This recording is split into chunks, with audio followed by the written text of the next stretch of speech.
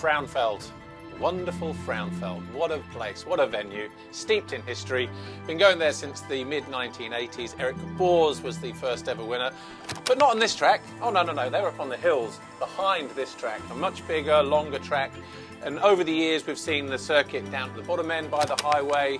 Now we're up in the sort of close to the original venue.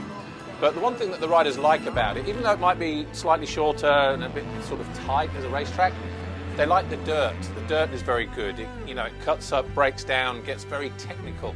And so from that side, it provides an element of unknown in terms of what we're going to get in terms of racing. We had rain, we had cold. It barely got above freezing all day long. So it was literally kind of a bit of a shock to the system, and difficult conditions for a rider as well, because when you're tramming down those back straights and you've got no handguards on, you can really feel the cold on your body, on your hands. So riders kind of out of their comfort zone throughout the weekend.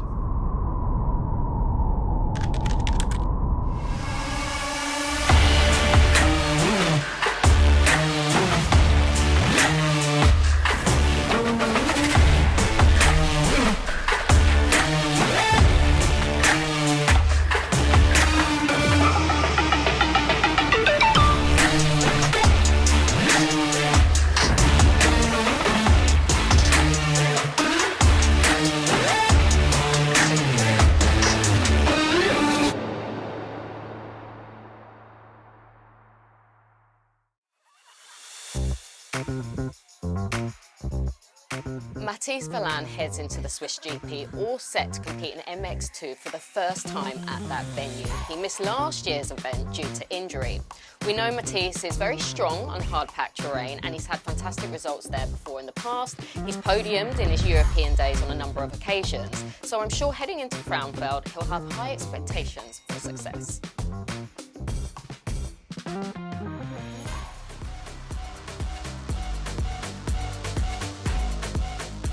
About the quali race, we have been working a lot on the start because since the beginning of the season we are struggling quite much. But yeah, so I get the whole shot, and it's been a while I didn't start in front. So yeah, it was quite different. I was a bit excited, and I think, and was like a kid doing his first MX2 race because last year I didn't do the whole shot, and this year also. So yeah, was a bit too excited, I think, and then yeah, so I felt in the second corner, so I was quite nervous, but yeah, of what I said, I take how was it, and yeah, just was nervous, and then I come back in P5.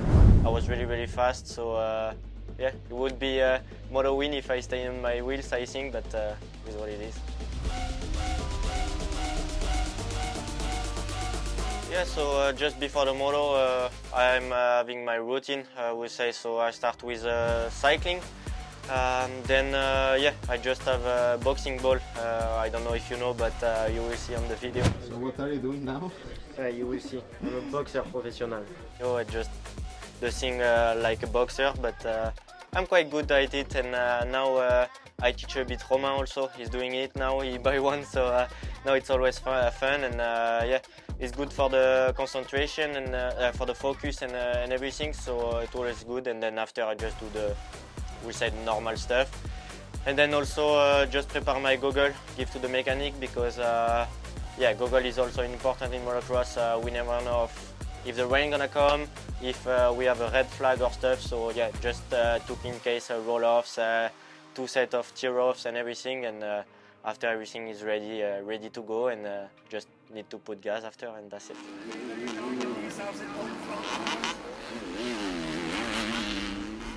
Yeah, actually at the Swiss GP, Mathis had a really good run, so he was incredible riding, and to be honest, almost best riding so far of the season, and even from last year. He was on that same level, capable to put all together with the whole shots, but still, you know, my opinion, even more maturity to manage the races. So he was doing extremely good, felt good with the track. But yeah, it was a quali race, whole shot. Straight away, unfortunately, crash on the second turn. but he was really able to put frustration and even anger to focus and to track, you know, like really came through the pack on a quali race from last position to P5, and it was a difficult track to pass, so it was an incredible job. And I said to him actually after the race Saturday, I said that with this pace and if you put it together, you fight for the win, and that's actually what he did then Sunday.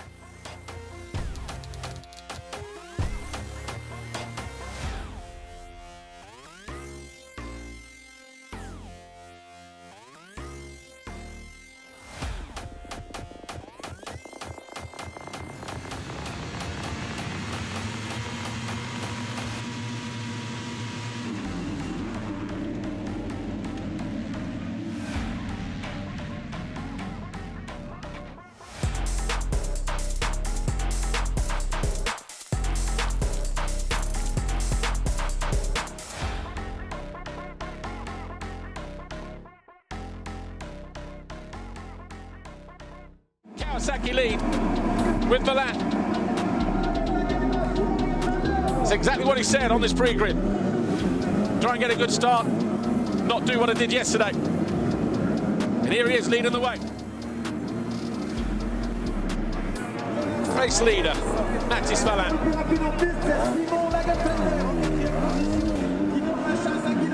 Out on his own up front at the moment. Kawasaki Racing Team.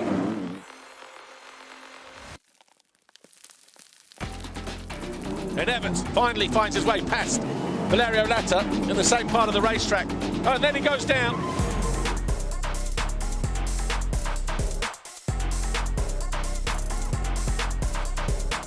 Oh, Valin is out of the race leader. Big moment. Can't believe it. Can't believe it.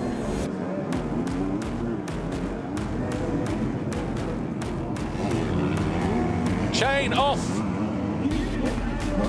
Easy to do in these kind of conditions, but he's there minding his own business, and it only takes a stone just to get underneath the sprocket and dislodge. When I just came in the rut, this one was the deepest, I think, in the track, but yeah, I came in and then came out, so at the beginning I was thinking I did neutral, so I tried to put the gear on and everything, so no. Then after I was thinking I just, the bike just like stop, but then I looked the chain and yeah, I don't know if you call it in English, like the chain was just, yeah, the chain just jumped, so yeah, feeling was like everything don't want to go in. Yesterday crashed, then today I have this, so yeah, it was really tough moment, but yeah, we do mechanic sport, so everything can happen, and is what it is. Perez on a high after winning race one and then clips a back marker. Ah, what else can go wrong in this race? Perez responds, they're bar to bar. Evans muscles his way through into third.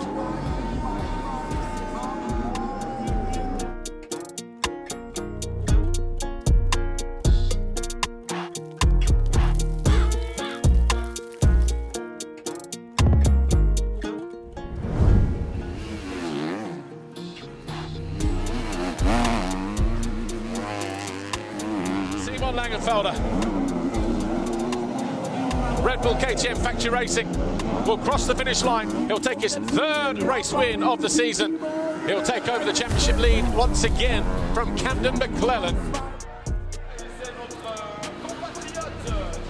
Between first and second moto, you know, of course it was a huge disappointment. It would have been Mathis' first ever MX2 World Championship race win, and also for us, for KRT MX2, it would be our first race win. So, so to have this rock in the rut and derailing the chain, you know, it was a huge disappointment. Mathis was on a solid plus 10-second lead, only less than 10 minutes to go. So yeah, it was a very big bummer. Huge disappointment, but the only thing I said to him between first and second moto was that for me you was the winner. So he had everything under control. He was the fastest man on track, and the only thing I said, you won the Moto. You was the winner. So that was the only comment.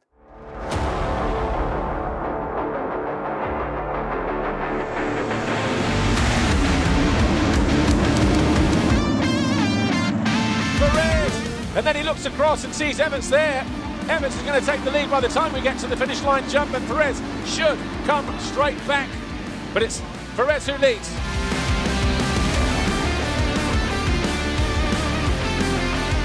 Oh, that looks like it's taken a hit as well, that motorcycle. So McClellan out. Absolute nightmare here for the championship leader. Slow to his feet. And he's put himself in a good position here to muscle his way. Oh, and he folds the front. How does he bounce back from that? Sasha Kunin, the rubber man, just hanging off that motorcycle like a piece of wet washing. Shiver. Again, Sasha Kunin, quick to get on the rear wheel of Langenfelder, who brake checks, slows it down. Kunin fell for the oldest trick in the book, came in too hot, gives him a love tap, goes down, out of fifth.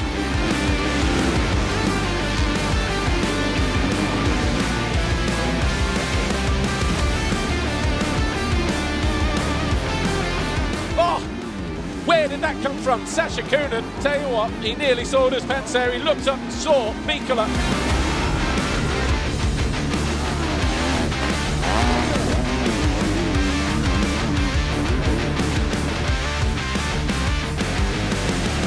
Wasn't sure if he was going to make it work, but he made it work. Langenfelder now third.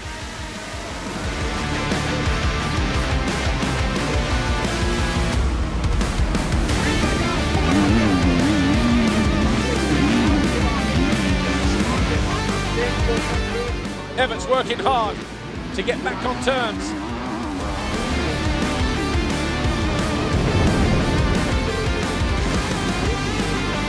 Perez wins the race. Everett's second, the gap 0.3 of a second.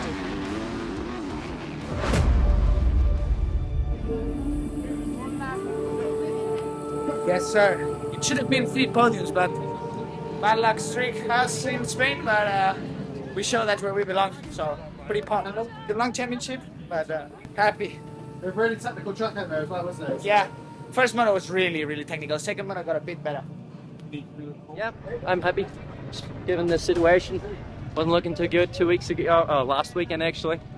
Small fracture in the foot, but you know, still got the podium. It's good. So it's good. So the MX2 podium in Switzerland then. Simon Langenfelder on the top step of the podium for the second time in 3 rounds. And actually, Simon Langenfelder now the only rider in either MX2 or MXGP to land on the podium every single one of the rounds so far. This weekend, he did it with a 1-3. And it just goes to show, once again, the consistency and that mental fortitude, that sort of maturity that Langenfelder has brought into 2026 that's getting him through these conditions and these races. He's only ever finished first or third so far in the races on a Sunday, and that is not a bad place to be if you're the defending champ. Well, it wasn't easy. The track was really tough and kind of one line, but the lappers made the life so difficult. So really need to look ahead, try to find new lines, some grip, some lines which were not deep that your chain comes off, but I had some fun.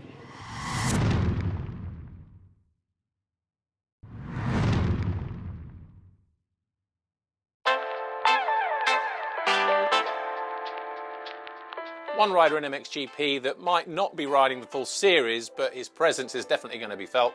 It's former MX2 Grand Prix winner Ben Watson, the Dirt Store Triumph Racing rider now, just focusing on the European-based rounds so far in 2026. And he's had a very varied career, fantastic MX2 career. Last year he was a beta factory rider, but now he's with Triumph. The bike looks like it suits him. He looks like he's enjoying riding the bike. And Ben Watson is going to be looking to try and put himself in the shop window as time moves on in 2026.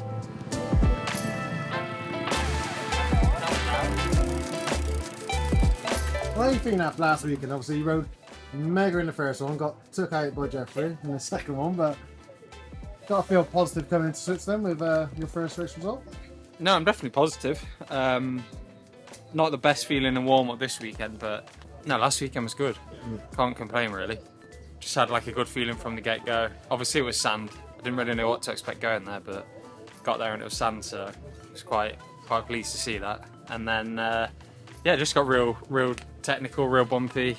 Also from Saturday to Sunday they left the track, so it was just like quite an unexpected, real difficult race, and I don't know. Suited your style? I just felt good, yeah. So Dirt Store are a British company, just been developed over the last few years, and basically joined what was a youth racing team to then become Dirt Store Triumph Racing, led in the UK by former MX2 Grand Prix winner Tommy Searle, and now taking on Ben Watson to take on MXGP for the first time in 2026. They have a young EMX 250 rider as well, Billy Askew, so Dirt Store Triumph, a British team growing into the MXGP paddock, and it's great to see them with a strong British rider as well. Qualified up next? Yeah, time practice. Time practice. Time practice and the quali race, yeah. Quali race is going to be horrible. It's going to be eating some serious roost. Just stoned. Yeah, the start is very one-sided. Yeah, like last week was good because you could get a start from anywhere. Yeah. Whereas now doesn't favour me, but time practice is pretty important. Yeah. Good luck. Thank you.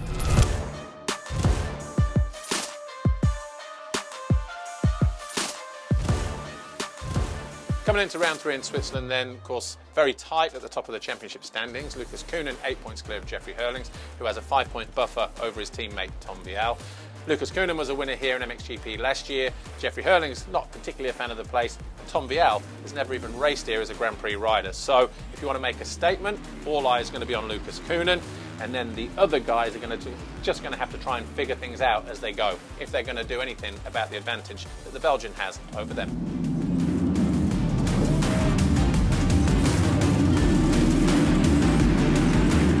Jeffrey Hurlings arrived at Switzerland having not scored any points in the previous 2 qualifying races, but a solid result on Saturday saw him pick up his first qualifying race win for Honda HRC Petronas team.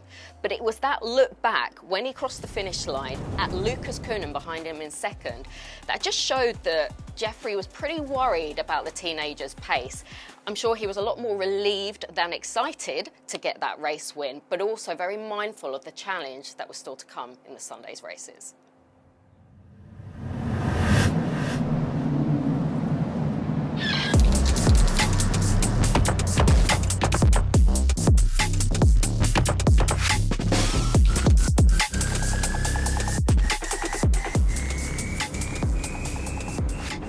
Gates drop now, all eyes to the left and maybe a few gates over. Tom Vial trying his luck around the outside. Riders down mid-pack. Well, I tell you what, that was very close, wasn't it? With Kühnen and Vial. Vial is who leads at the moment as they head down the first straight. And Hurlings also trying to get in on the act as well. Tucks in behind his teammate. Kühnen goes a little bit wider. Renault in there. Over the bars! Kühnen landed on his feet, but he is right at the back. Conditions not suiting the championship leader on the opening lap. Is that chain hanging off? Yes. Similar fate to what we had in MX2 race 1 when the race leader went out with a chain thrown there. So Lucas Kühnen, his race over before it even begun, unless of course he could have put that chain on by himself, which it appears wasn't the case.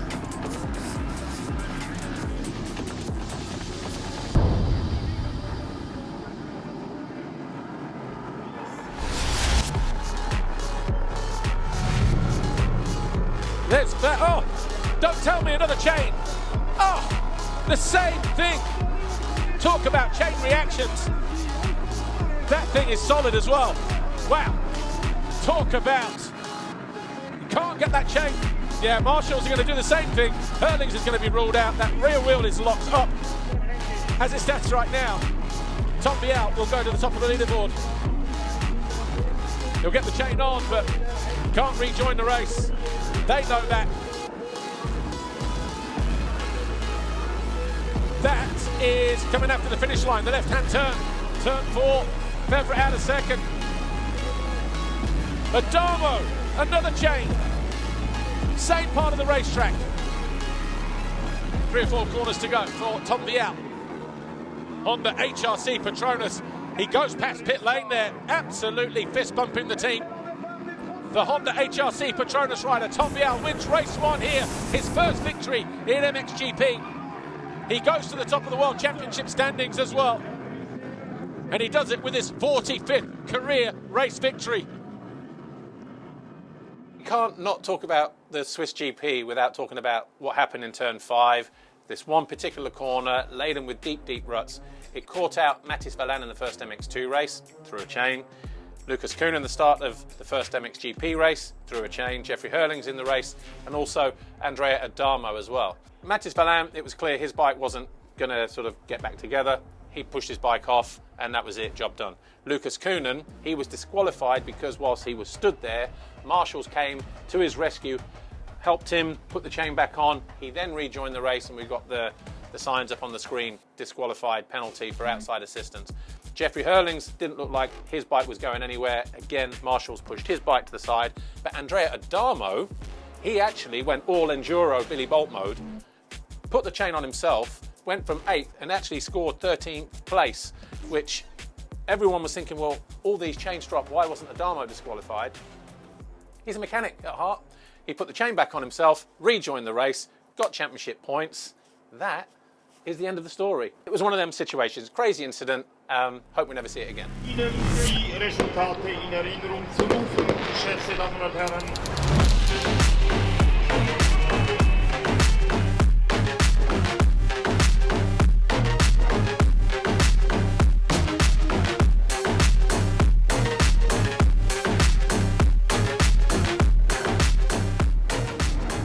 Gate stop here in race 2, a clean getaway.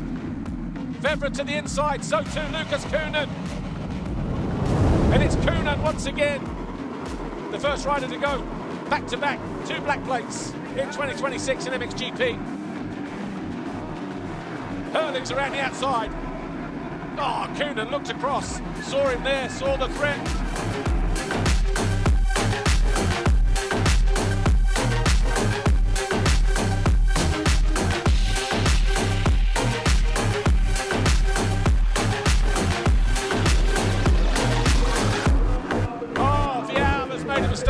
And Oliver's got by.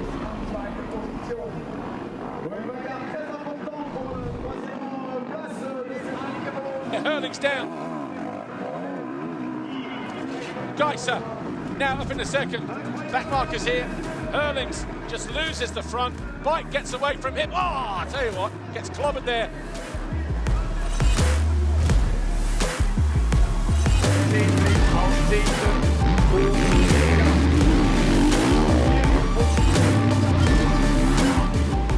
And the Red Bull KTM rider, Lucas Koenen, is going to take the victory here in race 2. His 3rd win of the campaign. Muted celebrations because he knows he could have been on the top step of the podium.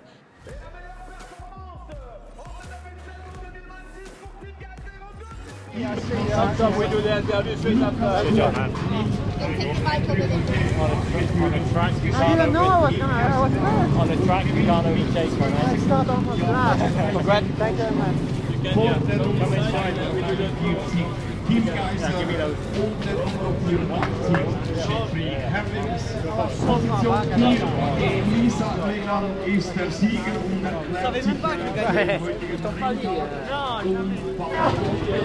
Good guys, good. Good job.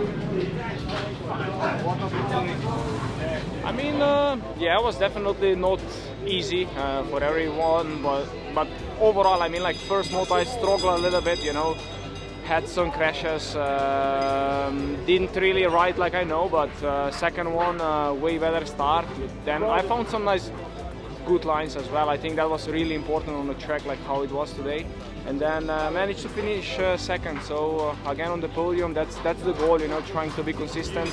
And that's it, you know, we're gonna work hard now. We have 1 weekend off and then be ready for Sardinia.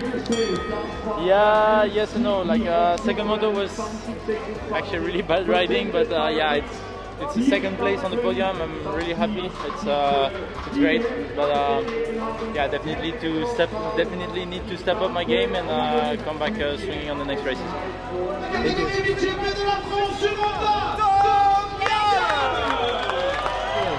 Really nice. I didn't know I was winning the GP, and it's amazing. It's amazing. I had such a bad start in the second moto. I was like in P20 and I came back to 6, and that was enough for the GP win. So good. Thank you.